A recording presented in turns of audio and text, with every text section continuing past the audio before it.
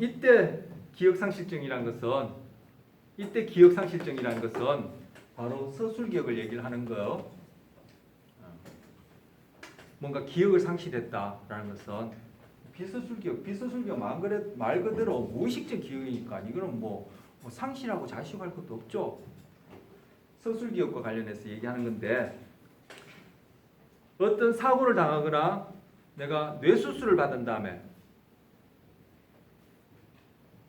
그 받기 전의 것을 내가 까마득히 다 기억하지 못하고 수술 받은 이후의 것은 잘 기억하는데 수술 받고 전 것, 과거 것은 내가 까마득히 기억 못한다. 이걸 역행기억상실증이라고 그래요. 이걸 216쪽의 끝에서 하나, 둘, 셋, 넷, 다섯, 여섯 번째 줄에 나와요.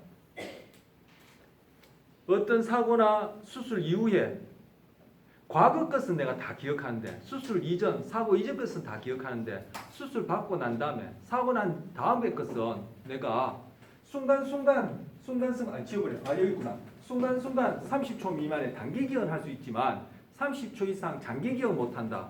이거는 순행기억상실증이에요. 그 교재 끝에서 하나, 둘, 셋, 넷, 다섯, 여섯, 일곱 번째 줄 보시면 사고나 뇌수술 등 특정 시점 이후 새로 일어난 일을 기억하지 못하는 것은 순행기억상실증.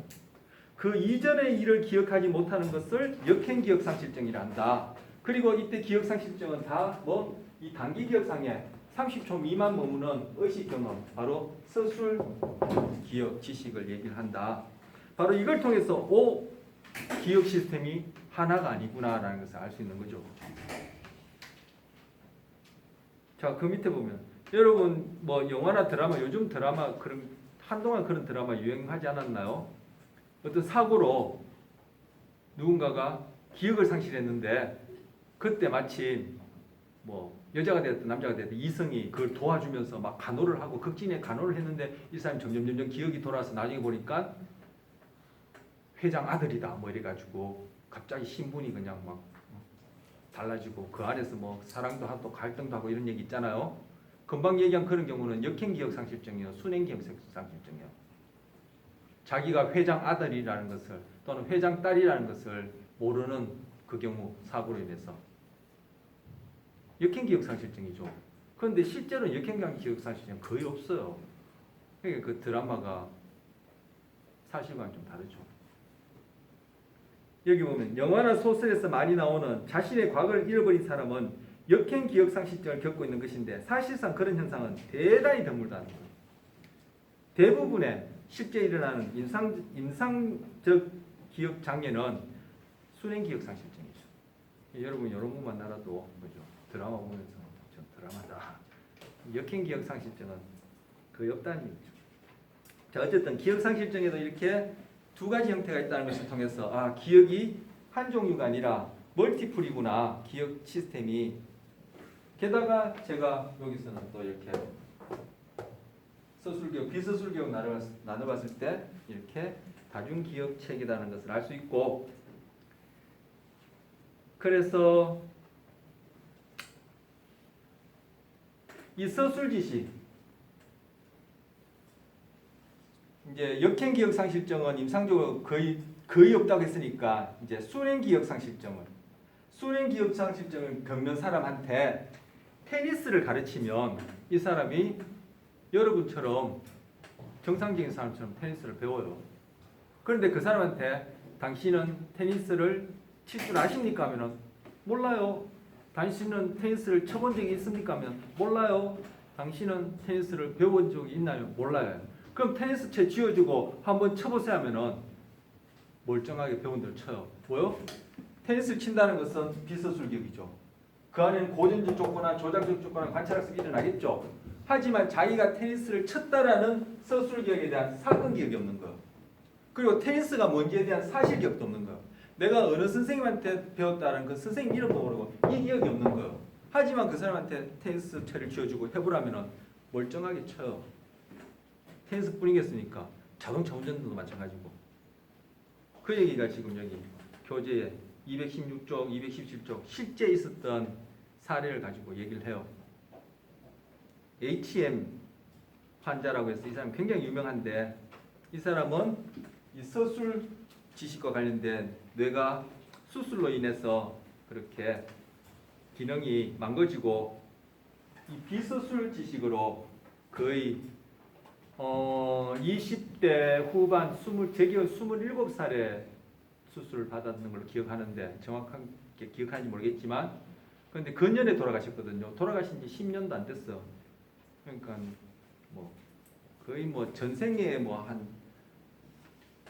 60, 70%는 이 뇌 그리고 이렇게 기억과 관련해서 연구 대상으로 그렇게 많은 그 지원을 해가지고 굉장히 유명한 사람인데 이분의 경우에 금방 얘기한 그런 현상들을 많이 발견할 수 있어요. 이걸 통해서 다중기억 체계가 있다는 것을 알 수 있는 거죠.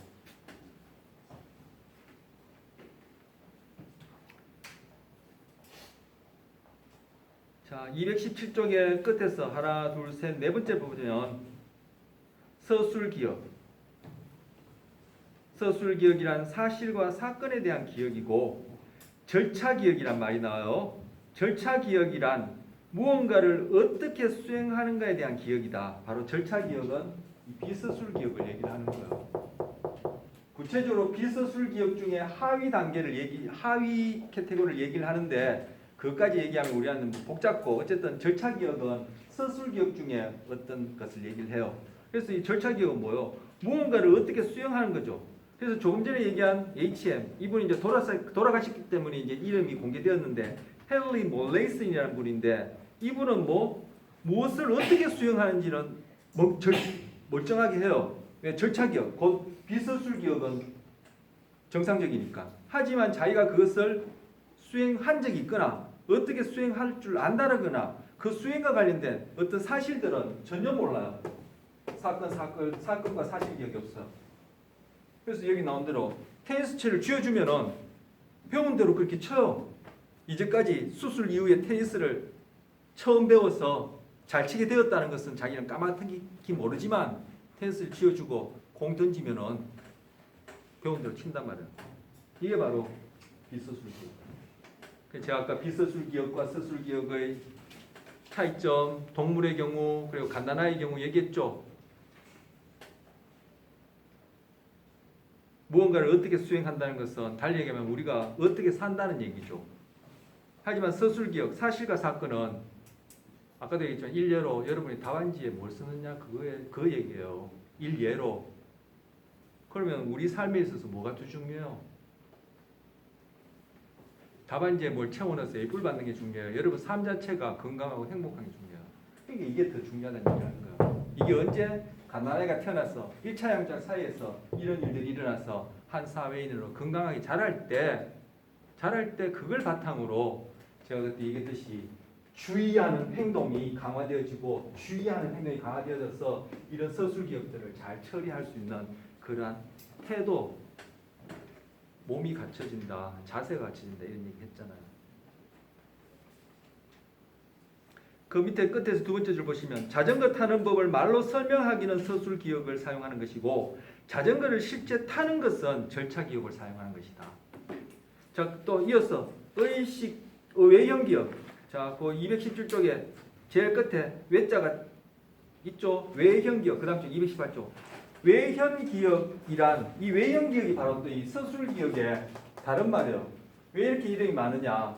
거의 비슷한 시기에 다른 학자들이 연구를 했는데 똑같은 걸 연구를 하고는 이름을 다 각자 다르게 붙였어요. 그래서 외형 기억은 겉으로 드러난다는 뜻이죠. 외자가 바깥 자고 현자가 나타나는 자니까 밖으로 더 드러나는 기억이니까 외형 기억은 바로 이 서술 지식, 서술 기억을 얘기를 하는 거예요. 자, 외형 기억이란 의식적으로 정보를 재생하고 의식적으로 정보 재생하는 거 내가 어떤 경험했는지 그리고 어떤 객관적 사실을 아는 것 재생하는 능력을 얘기하고 안목 기억, 안목은 뭐요? 뭔가 보이지 않고 implicit을 번역할 때 안목 기억 한자만이 좀 어려운데 안목 기억 즉 외형 겉으로 드러나지 않고 언어적으로 서술할 수 없는 기억 안목 기억이 또 비서술 기억의 또 다른 이름이에요. 이 이름이 왜 이래 많았냐? 좀 전에 그런 이유로 많은데 안목 기억이란 의식적 노력 없이도 정보가 이용 가능하다. 아까 얘기했죠. 여기에는 부호화, 주의, 이 추리는 안 통한다고. 왜? 의식적 노력 없이도 이건 돌아가 버리니까 작동되니까 의식적 노력 없이도 정보가 이용 가능하다. 정보를 뭐 보호하고 정보를 주의하고 정보를 인출하는 거 이런 거 의식적 노력이 필요 없다는 거예요. 비서술 기억은. 이게 암묵 기억이요. 그렇게 해서 일어나는 것들 우리가 봤던 무엇을 좋아하고 싫어하고 내가 무엇을 더 자주 하고 적게 하고 모방 관찰 그것들 얘기한 것. 그래서 암묵 기억은 비서술 기억을 얘기하는 것이다. 의식적 노력 없이도 일어나는 것이다. 정보가 이용 가능한 것이다. 자, 기억을 잘하려면 앞서 제가 뭐 얘기했던데 이제 반복될 텐데 자, 첫 번째 보시면 인출 단서를 많이 붙여라. 뭐 인출 단서 얘기할 때 했으니까 그냥 확인만 하면 되죠. 둘째, 의미 있는 것을 만들라. 의미 있는 것을 만든다는 것이 기존 지식 체계. 이 기존 지식 체계가 바로 도식을 얘기하는 거예요. 내 도식을 큰 도식을 내가 딱 갖고 그래서 제가 이 큰 그림을 자꾸 소개해 드린다 이런 얘기를 제가 한두 번 한 적이 있는데 그걸 갖고 내가 배우는 것이 어디에 해당하는지 딱딱 포지션 시킨다는 얘기는 이것을 의미 있게 만든다는 얘기예요. 그걸 저는 일종의 보호하다 이렇게 생각한다고 제가 얘기한 적이 있고 지금 다시 그 얘기를 하는 겁니다. 그래서 그 도식과 연결된 가지를 어디에 위치한지를 만든다는 것이 바로 달리 보면은 인출 단서를 또 붙이는 것과 그게 무관하지 않은 얘기예요. 세 번째, 정서를 더 붙여라. 왜? 정서는 아까 가치와 관련해서 중요성과 관련되고 바로 내 몸의 상태와 관련된다고 했는데 그것이 또 하나의 단서가 되어서 내가 목표하는 이런 서술 기억들을 지금 기억을 잘하려면 이 얘기는 여기에 해당하는 게 아니에요. 이건 기억을 잘하고 싶고 안 하고 싶고 관계없어. 그냥 되는 거예요. 여기서 기억을 잘한다는 게 다 서술 기억에 관한 얘기예요. 그런데 여기에 정서가 덧붙여지면은 정서가 곧 또 하나의 어떤 단서가 되어서 그것이 아까 잘 떠오르게 한다. 이미 앞서 앞에 시간에 봤죠? 그래서 지금 여기서는 정서 중에서 재미있게 만들라는 얘기를 하는 거예요.